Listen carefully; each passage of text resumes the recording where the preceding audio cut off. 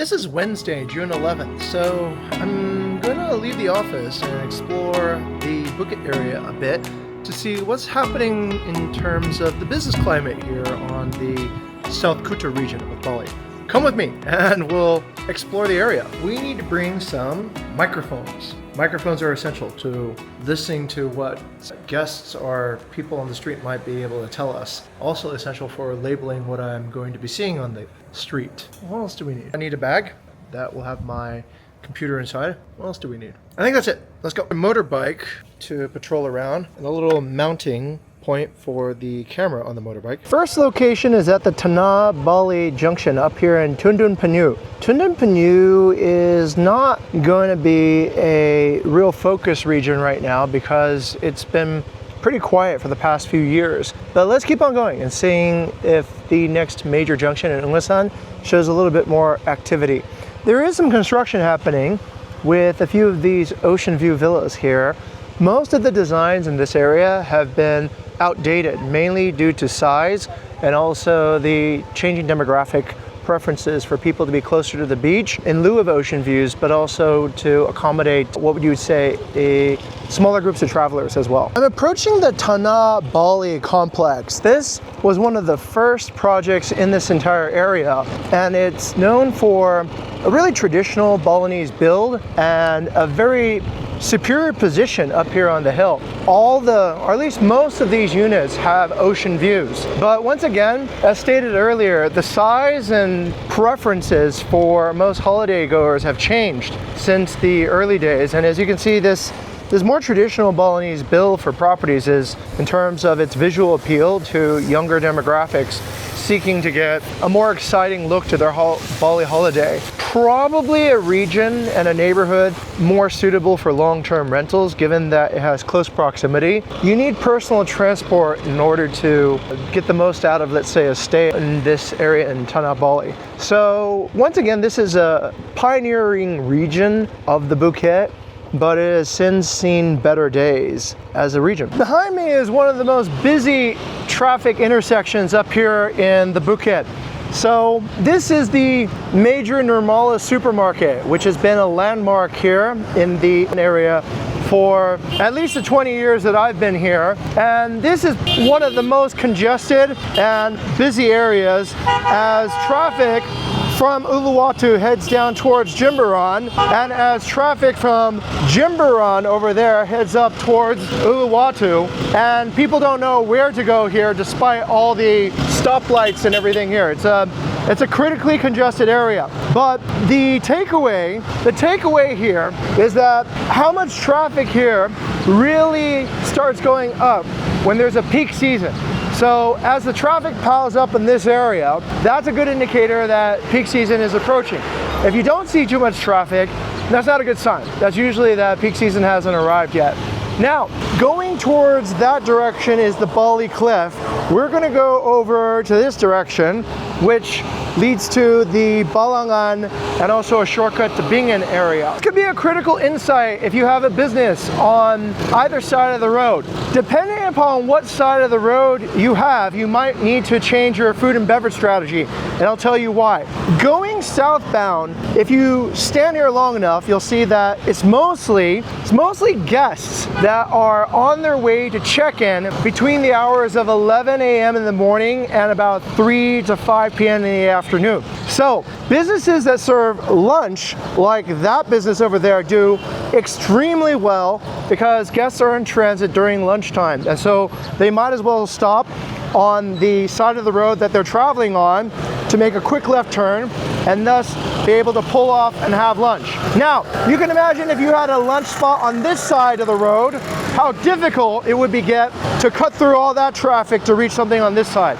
So the trick then is during dinner time, this side of the road that's going northbound on Jalan Raya Uluwatu, like the way these guys are going, do really well for dinner. And the reason is because people are leaving the Ketchak dance in Uluwatu and they're headed on their way usually back to Jimbaran or Seminyak or Kuta over on the north side of the island.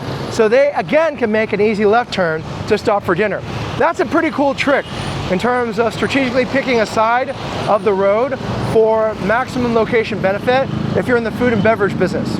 My plan now is to go a little bit on the Balangan road and then take a shortcut over to the Patchy road so that we can review the, let's say, feasibility of each side of these roads. First critical observation is that you can see there's not a lot of traffic actually going westbound on Balangan, which is good. It makes it a much happier condition if you want to drive without traffic. Let's take a look at an important landmark here, which is the gym. This is a fitness plus, and so the reason I'm stopping at this landmark is there are proxy indicators of how many people are essentially booking long-term rentals in an area. Long-term rentals are generally booked by foreigners who are staying for a month and even longer in the area. They'll generally get gym membership because not a lot of housing units for rent, like the ones behind us, offer a gym facility. So as a cool trick, we can take a look at the number of motorbikes in the gym parking lot and get an idea, relatively speaking, if the number of long-term guests are on the increase or decrease for this area. This is a facility where you would see membership counts swell up if there were more long-term rental guests. This looks a bit less than what it looked like a few months ago. Based on this proxy indicator, there's probably fewer long-term rentals in effect right now in June of 2025. Turn our attention to this pathway in Balangan. This pathway going to Balangan is retail dead zone. The reason I think it's retail dead zone is, well, number one, most of the retailers that have opened up here have failed.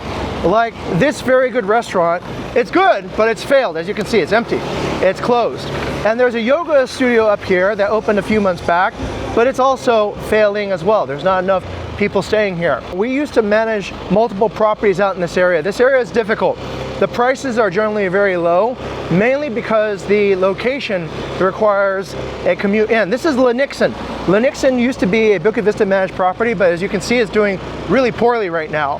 There's just not enough guest activity that want to stay in this area.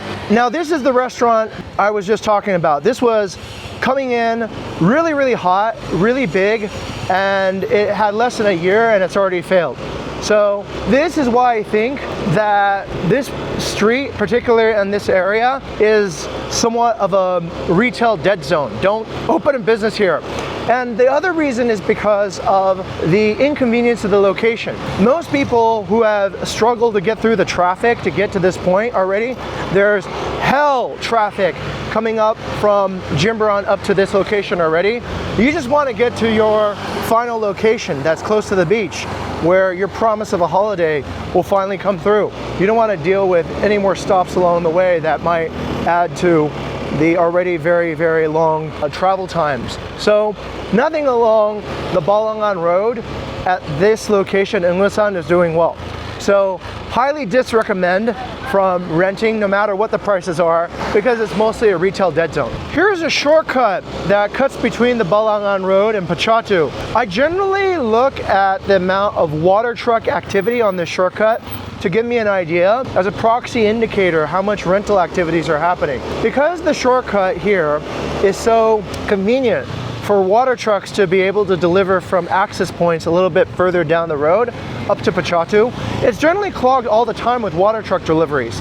But if you see that there's not a lot of traffic along that shortcut, it's another sign that people aren't consuming enough water, or they finally fixed the water piping situation. It's another indicator whether or not there's active villa rentals happening in the area. Unbeknownst to most people, this is actually a small military base over here. This is occupied by a battalion that protects the Patchy Indah Resort. The Patchy Indah Resort needs a battalion because they kicked off a lot of the locals through a land grab back in the days when Sukarno or Suharto was president, and it was very unpopular. So they put a battalion over here to I guess make sure the locals didn't come back and fight for their land. It's right here in this corner over here. But this is where the really busy section gets in the Patchy area. This is where we leave Ungasan and start in Patchy. There's a few landmark businesses like BGS. They're an established surf brand that have been in operation almost the whole time that I've been here. They've been very, very stable. And the other really stable business is, of course, this Warung Made. Warung Made is surprisingly incredibly famous for their cashew chicken, and everyone eats their cashew chicken here. Foreigners, locals, everybody. So it's sometimes I take a look at how many cashew chickens have been sold over on Gojek, and I get an indication of how many foreigners are probably staying in this neighborhood, or how much tourism activities in this neighborhood. All right, let's continue down to Patchy, where there's more to see. All right, as we're passing by Patchy, on the right side is the very massive 400-hectare Patchy Indoor Resort. Let's just say that's one of the most well-proven worst return on investments I've ever seen. And the main reason is because I've just never seen a single project succeed in that entire space. Every project that goes in that space gets investors and then ultimately fails to materialize. That's best explanation for it. Fails to materialize. Like, it just won't happen. There's no activity. There's no completion of building, or the management company will quit, or the investors will have an internal civil fight, or something else will happen. And it's not a good investment. So it's probably the worst area for, somewhat of a shame too, because it has the best infrastructure. It's got really wide roads. It's got like water. It's got, I'm not sure if they have internet there, but they have a highly regulated, you can't have bakso guys selling food and dropping their food all over the street. So I don't know. That's just been an observation I've made over the past 15 years. Now, as we're coming upon the straightaway section here in Patchy, there's some kind of enduring restaurants. This is Ohana. Ohana's been doing very well. In fact, we bring our family to eat here. They carved out a niche, I think, in the family dining segment because they have a little kids area too as well. Once again, there's another gym there called Muscle Beach Club, and there's another really popular eatery, Nourish. The retail potential in this straightaway area is much better. I think it might have something to do with this actually. Just earlier I said that Patchy Indah is terrible for investment, but that being said, it's a pretty good neighborhood for people who are staying long-term. And because there's a lot of long-term residents in that neighborhood, there's opportunities for businesses that serve long-term tenants, like this supermarket over here. These businesses do fairly well because they're in proximity to large groups of long-term tenants. But short-term travelers never really stop at these places. They're just inconvenient, and you have to tell the driver to stop, and nobody does that. So while I'm getting some gas, we'll talk about this upcoming section here in Patchy. So this straightaway is growing. There's more. I think the ecosystem is this. I think the ecosystem is long-term tenants are accumulating in the area and improving the social infrastructure by demanding things like, number one, co-working spaces, supermarkets, and spas. Very economically priced. Definitely a lot cheaper and a better deal than those closer to the beach in Bingin or Uluwatu. Also, I think what's happening is that this social infrastructure is unfortunately placed in an area that actually causes more traffic. Yeah, I see. That causes more of this really congesting traffic, as you can see. It still flows, but it's just not a really good thing when you see that there's barely any parking here for cars, like in front of me here. And so that makes it, any car that stops here to buy a SIM card, which is a good question why anybody needs a SIM card anymore when there's eSIMs. But it makes little micro transactions like that really just add to the overall congestion in a negative way. We've come upon another Nirmala, and this one's even a little bit more strategic than the first one. I'll tell you why. This one has a building material shop attached to it. And why is that important? If you just spend some time outside of what these toko bangunan, building material shops, you can get a pretty good idea of how much construction activity is happening in the area by counting the number of trucks and deliveries that are here. So for common items like gypsum, nails, even cement, those are the bread and butter of construction sites. So if you see there's a high amount of liquidity and trucks coming, buying basic building materials, it indicates that the region is growing. The building material market can be a really good proxy indicator for understanding whether or not there's growth in construction. I'm going to take this turn off over here from the main Patchy, It's a very easy turnoff. It's the Savaya turnoff. And I'll talk a little bit about what should be happening, but what hasn't happened yet. So if you take a look, understanding neighborhood success in Bali, one of the really common patterns has been a nightclub will find a specific and aspirational location to open that's far away from everyone else. And there's a few reasons why that happens. Number one, nightclubs are loud. And number two, because they're loud, they're hard to integrate well into a situation where there's already residents. So the only way to have a bitchin' cool nightclub is to go to an area where there's nothing happening and then open the nightclub there. Now, because people are always on the thrill hunt to find the next best nightclub in Bali, they have unlimited amounts of appetite for novelty. Generally, that's a pretty good strategy. Your nightclub, if it's built in an aspirational design, in an aspirational location, it will do well. People travel as far as Uluwatu now to attend the Swara festival, so that's a good indication that that will work. But what comes afterwards is this. Long pathway leading to the nightclub that is on cheap land because, well, remember, there was nothing there before the nightclub even opened. And over time, what should happen is that that land starts becoming developed. This happened in the case of Kuta. This happened in the case of Deus. This happened in the case of Single Fin.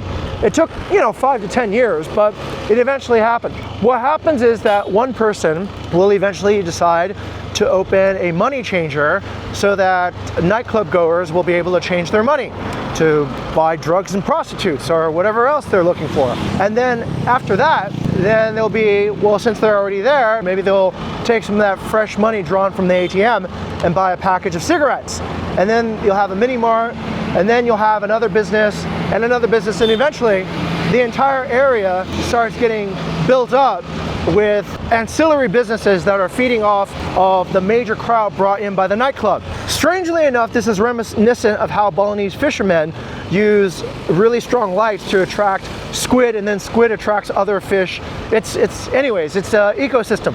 So this ecosystem right now that should have developed towards Savaya, I'm patrolling right now, and so far I don't see anything. There are no money changers or restaurants or any, oh my goodness, there's pretty much nothing. Oh, weird. This is weird because this was Ashley's villa. Ashley has since deceased, was an American artist who built some crazy architecture. This is how crazy this guy was. He decided that that portal with the yellow heads and the blue tongues would be somewhat of an attractive feature, but it just ended up giving him sort of a, but anyway, that was his plot. Jeff Anderson's home is over here. Jeff Anderson was the former CEO of Rip Curl.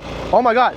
So his area has been building up quite significantly, and old timers like Jeff Anderson and Ashley the architect really are the first pioneers and movers into an area, and they build, I think, value around the appeal of the area by essentially just being good customers, right? They've found a way to give people jobs. Yeah, it always takes a few ecosystem seeders to really get the popularity of a new area to start turning over in a productive way. We're getting closer to Savaya and Ilila, and this has been an attempt by some developers to improve their standing by building these ocean view units. But once again, my major observation is that ocean view units never do that well in Bali, and it's a shame because there's a lot of good ocean view land, and I think it's because people would rather be closer to the beach. As long as somebody is closer to the beach, I think it's the seduction of having women running around in bikinis and guys without their shirts, and the contact, fun things to do on the beach that really bring the appeal there. There's Savaya right over there on the right. And as you can see, almost nothing. No ecosystem has really developed around this street, which is Bling Bling Saudi. And now we pretty much reached the end. This now goes into the Ilila and Savaya territory, so we won't find anything there. This hillside is still pretty empty. Hopefully it stays that way because it's beautiful when it's nice and green. All right, so that's another kind of dead region over here, which should have been a more active region, but For whatever reason, I don't have the explanation for it, but it's just not working out really well. Now, since we're on this street, let's go the opposite way. This little shortcut should take us a bit closer to Melasti Beach, and that's a thriving region right now. Melasti is doing fairly good, as we will see if I don't get lost. So a good question is, why are Balinese streets so wiggly? Why do they zigzag so much? Your property. This pathway gets us, I'm not sure where it goes, in fact. We'll travel a little bit before I'll declare knowledgeability about where this leads to. Oh my God, why are there so many bikes here? All right, another interesting indicator is when you see a lot of motorbikes, it could be, no, I'm just checking this out. Is this a parking lot? This is probably a parking lot. That guy looked like he was in uniform. So this is a fairly large parking lot. And a fairly large parking lot means that there's economic activity. And economic activity means that somebody is making money. People don't hire a bunch of people and pay them all that money to just sit around, I hope. So let's go and discover what that could be. It's definitely not this construction site. That gentleman over there was walking from the parking lot we just came from. So, oh, it's probably a successful resort. It's probably the Ungasan. Good indicator. The Ungasan seems to be doing fairly good. That would indicate why the parking lot was so full. So, good indicator. Probably the beach club is doing good. This is Sundays, yeah? All right, let's go see what's going on Sundays. Yeah.